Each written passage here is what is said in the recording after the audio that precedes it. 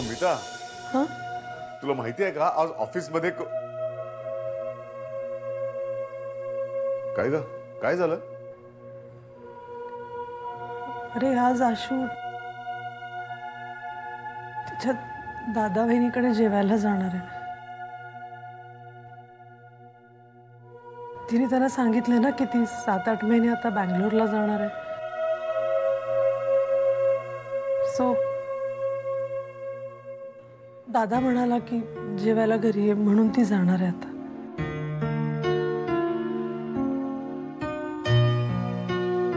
शुभू, मला खरंच कसं तरी होतंय रे. शुभंकर, मला खूप अपराधी वाटतंय रे. पण आता मी काही करूही शकत नाहीये. शुभंकर, आपण तिला सरोगसीसाठी विचारून चूक तर नाही ना केली?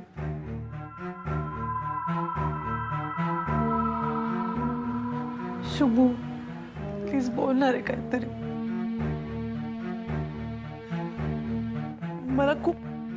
मला खूप कसं तरी होतंय. असं वाटतं कुठेतरी निघून जावं, मरून जावं. मीता काय बोलतेस वेड्यासारखं? असा विचार चुकून सुद्धा मनात आणू नकोस. हे बघ, अश्विनीला आपण फसवलेलं नाहीये, लक्षात घेतो. दुसरी गोष्ट, आपण तिच्या अडचणीचा गैरफायदाही नाही घेतलेला. मान्य आहे तिनं हा निर्णय नाईलाजाने घेतलाय, पण तरीही तिनं हा निर्णय जाणीवपूर्वक घेतला होता हेही आपण विसरता कामा नये. आपण तिला फसवलेलं नाहीये मीता. आणि तुला आठवतंय ना, कॉन्ट्रॅक्टवर सही करण्यापूर्वी तिनं 2 दिवसांची मुदत मागून घेतली होती. सो तुला अपराधी वाटण्याचं काहीच कारण नाहीये. आणखी एक गोष्ट मीता, हे सगळं तिच्या घरच्यांपासून लपवण्याचा निर्णय कोणाचा होता? तिचाच होता. अगं, या सगळ्याचा तिला खूप त्रास होतोय. I know. एकटी सुद्धाच बसलेली असते, रडत असते सारखी. पण मीता, मला सांग, तिच्या बरोबर रडत बसण्यापेक्षा तुला तिला आधार नको का द्यायला? अगं, स्वतःला अपराधी मानण्यापेक्षा तू तिचा आधार हो.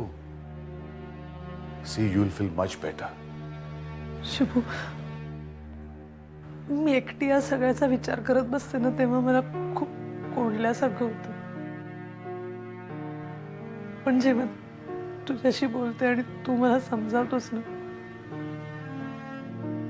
तेव्हा खरंच खूप खूप बरं वाटतं. मोकळं झाल्यासारखं होतं. I really love you Shubhankar. I am sorry, पण तू कशासाठी फोन केला होतास? काय नाही, सहजच केला होता. नंतर बोलूया. Bye bye.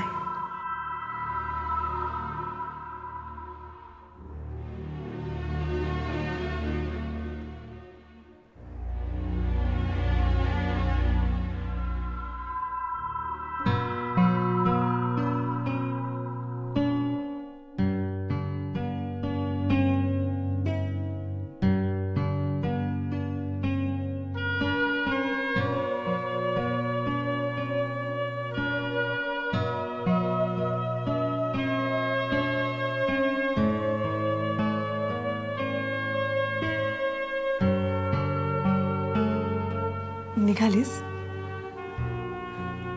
हा ड्रेस का घातलास? तो ब्लॅक ड्रेस का नाही घातलास? तो खूप छान दिसतो तुला. या ड्रेसमध्ये पोट दिसत नाहीये म्हणून घातलं.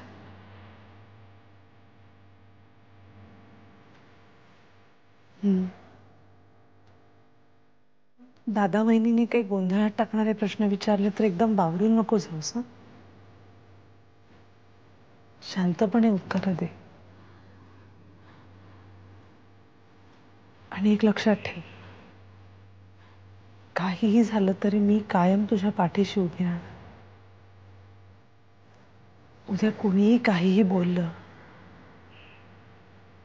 कुणाला काहीही कळलं, तरी मी कायम तुझ्या बरोबर असणार. हे घर तुझंच आहे.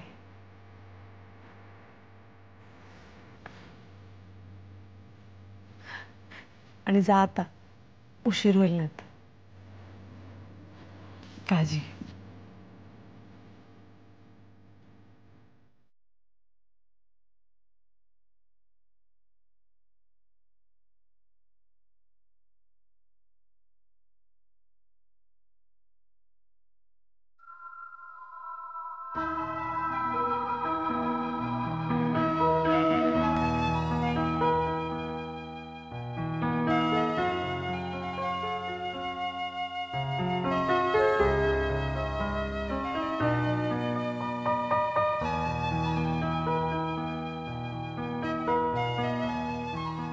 ए काय गाई, किती वेळ अश्वत्याला यायला? अगं एकच प्रश्न किती वेळा विचारते? तिची वेळ झाली की येईल. दादा. अरे आतू, ये. कशी आहेस? मी छान आहे. तू कशी आहेस? मस्त. केव्हापासून वाट बघते तुझी. दुष्यंत दुष्यंत झोपलाय. तुझ्याशिवाय झोपायची सवय लागली आता त्याला, पण उठेल थोड्या वेळात. ये बस ये. पाणी देऊ का ग थोडस? नको. तब्येत बरी नाही का ग अजून तुझी? काहीतरी काय, अश्वत्या अजून जाडी झालीये. असेल. मला चेहरा सुकलेला वाटतोय ग तुझा अगदी. अगं ते आपलं असंच मायापोटी वाटत असतं आपल्याला. असेलही कदाचित. पण त्या नमिता प्रधानला सांग, बंगलोला खाण्यापिण्याची चांगली सोय ठेवा म्हणावं माझी. काही म्हणाली का ग मी आल्याबद्दल? हा.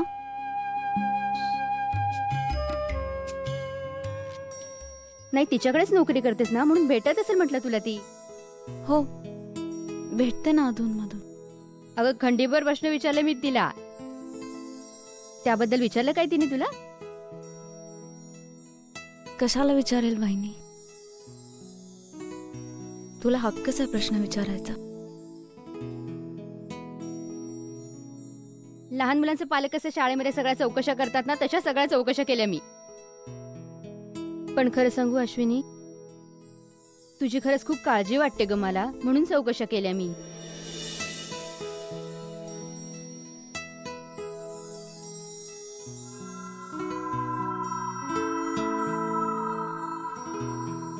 माणसानी सरळ असू नये ना, इतकी सरळ आहेस तू. तू काय, तुझा दादा काय, एकाला झाकावं आणि दुसऱ्याला काढावं असे आहात दोघे. इतकं सरळ असू नये ग माणसानी कधी.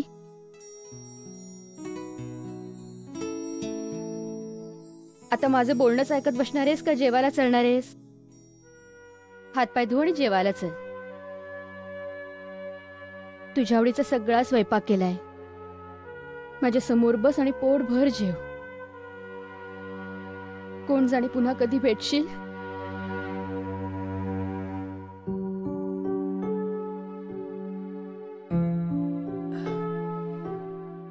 अंजू, अगं तू काय तिला आता रडवणार आहेस का पुन्हा पुन्हा? इथे बेंगलोरला जाते ती. येत जाईल ना अधून मधून 4 दिवसांची सुट्टी टाकून. काय ग अशू? हो, येईन ना. बाबा आपण पण जाऊया ना एकदा बँगलोरला. बँगलोरला? तुला ट्रिपला पाठवताना इथे दम निघाला माझा. दादा, म्हणजे जाऊया ना, जाऊया. आपण सुद्धा जाऊया बँगलोरला.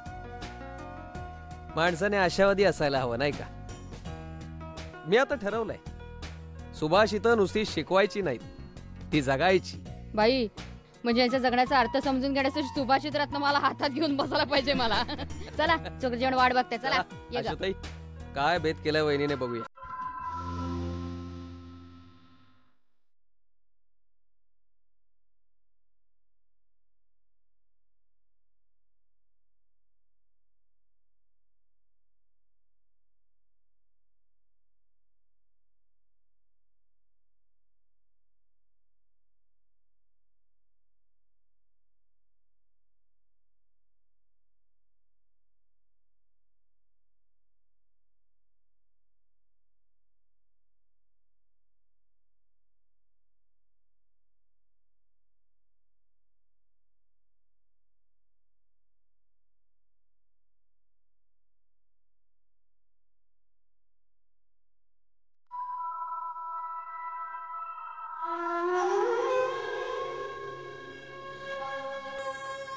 मालविका ती पिशवी ठेवली ना डब्याची, ती घेऊन ये जा. आले.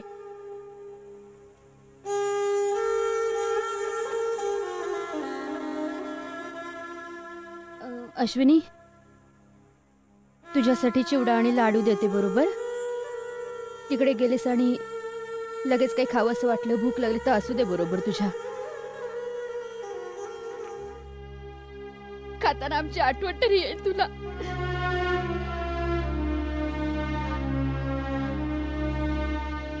ए महिला मंडळ. आशू, अगं तिच्या पाठवणीसाठी शिल्लक ठेवा काहीतरी. लग्न व्हायचंय तिचं अजून. नमस्कार करते दादा. आयुष्यमान भाव. अत्तू, अत्तू तू ना आधीच जाड झाली आहेस आणि त्यात आणखीन हे लाडू खाऊन कशी दिसणारच माहितीये. मालू, समीर काका काय म्हणणार माहितीये, मला नको अशी जाडी बायको.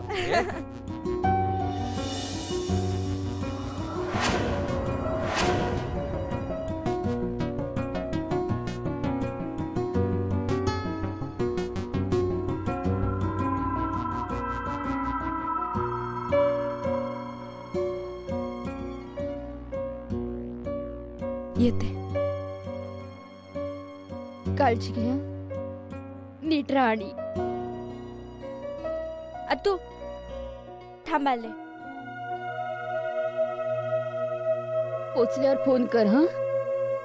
आणि बंगलोरहून पण फोन करत जा, विसरू नको हा. तुझ्यासाठी. काय ग?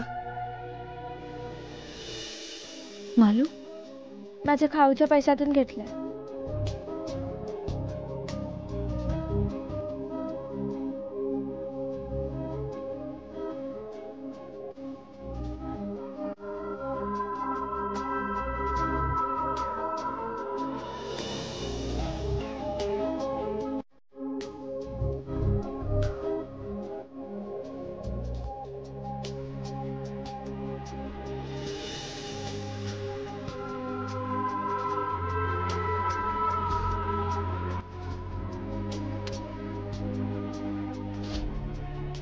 छान आहे.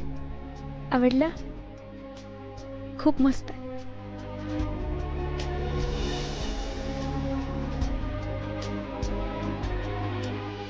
मी येताना काहीच आणलं नाही. असं नको बोलूस. पण जाताना भरभरून घेऊन चाल. येते. जपून जा.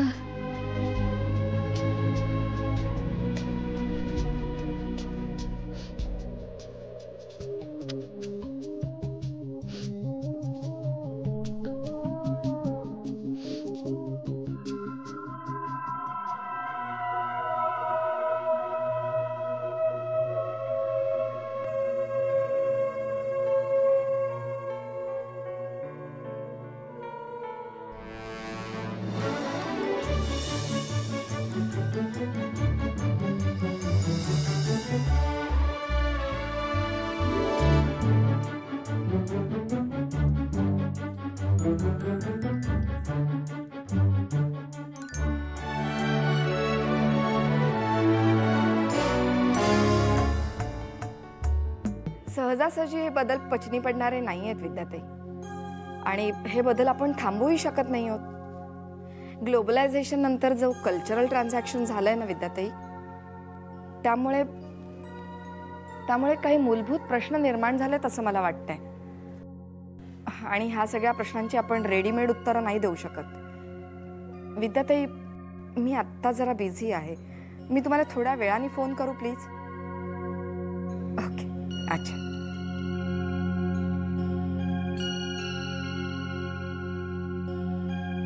नमिता, काय झालं? मग आशू दादा वहिनींच्या घरी गेले त्यांचा निरोप घेण्यासाठी.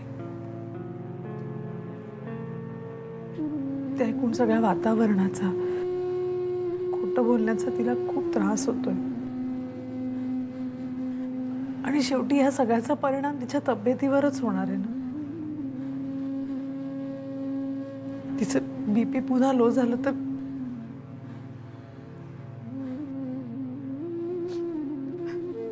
मला आता तिची खूप काळजी वाटायला लागली आणि तिला होणाऱ्या त्रासाचं वाईट सुद्धा वाटतंय.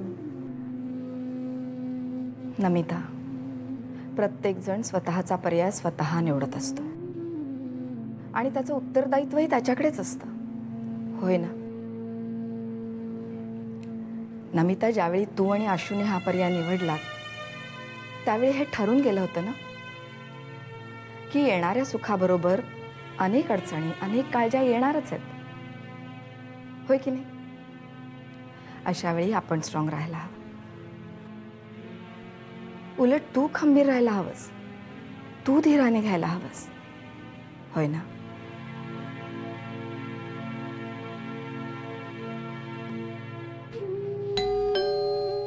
जा बघ कोण आलंय.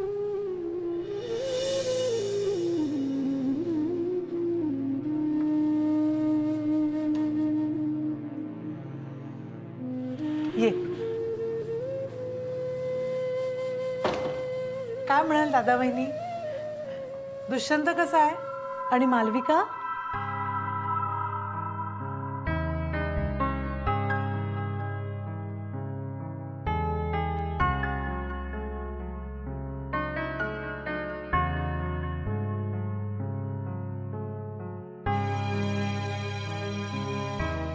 ये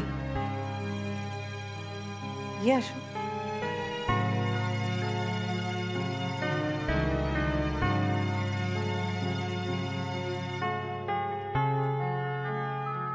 ताराबाई, पाणी आणा जरा.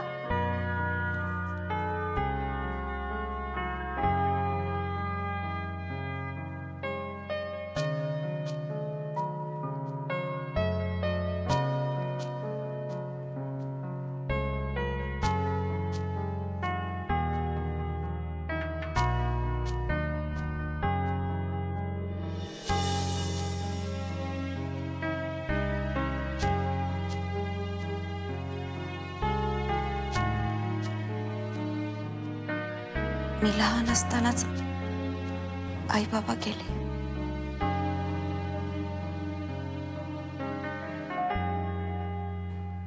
तेव्हा मी काहीच करू शकत नव्हते, पण दादा वहिनींना मी स्वतःहून दूर केलं. ते मला कधीच माफ करणार नाही. या सगळ्या गोष्टींचा आधीच विचार करायला हवा होता.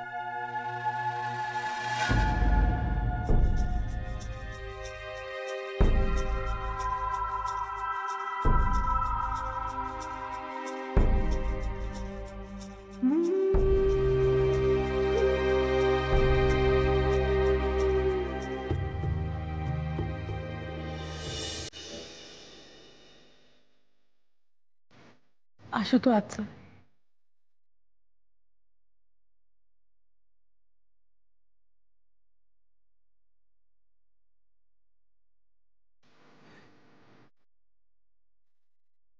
ही मालूने दिली मला. तिच्या खाऊच्या पैशात.